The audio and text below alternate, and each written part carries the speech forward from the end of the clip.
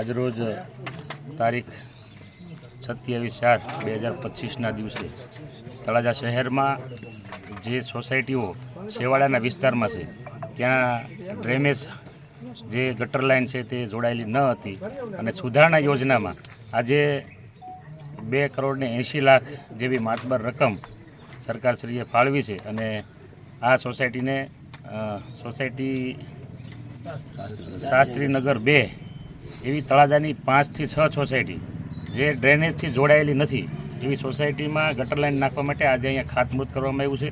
અને અમારી સાથે તળાજા નગરપાલિકાના પ્રમુખ હેતલબેન, કારોબારી ચેરમેન, નગરસેવકો, વિવિધ સમિતિના ચેરમેનો, અમારા શહેર ભાજપના પ્રમુખ, શહેર ભાજપના મહામંત્રીઓ, આ વિભાગના કર્મચારીઓ અને સોસાયટીના નાગરિકો બધા સાથે મળી અને આજે આ ખાતમુહૂર્ત કર્યું છે।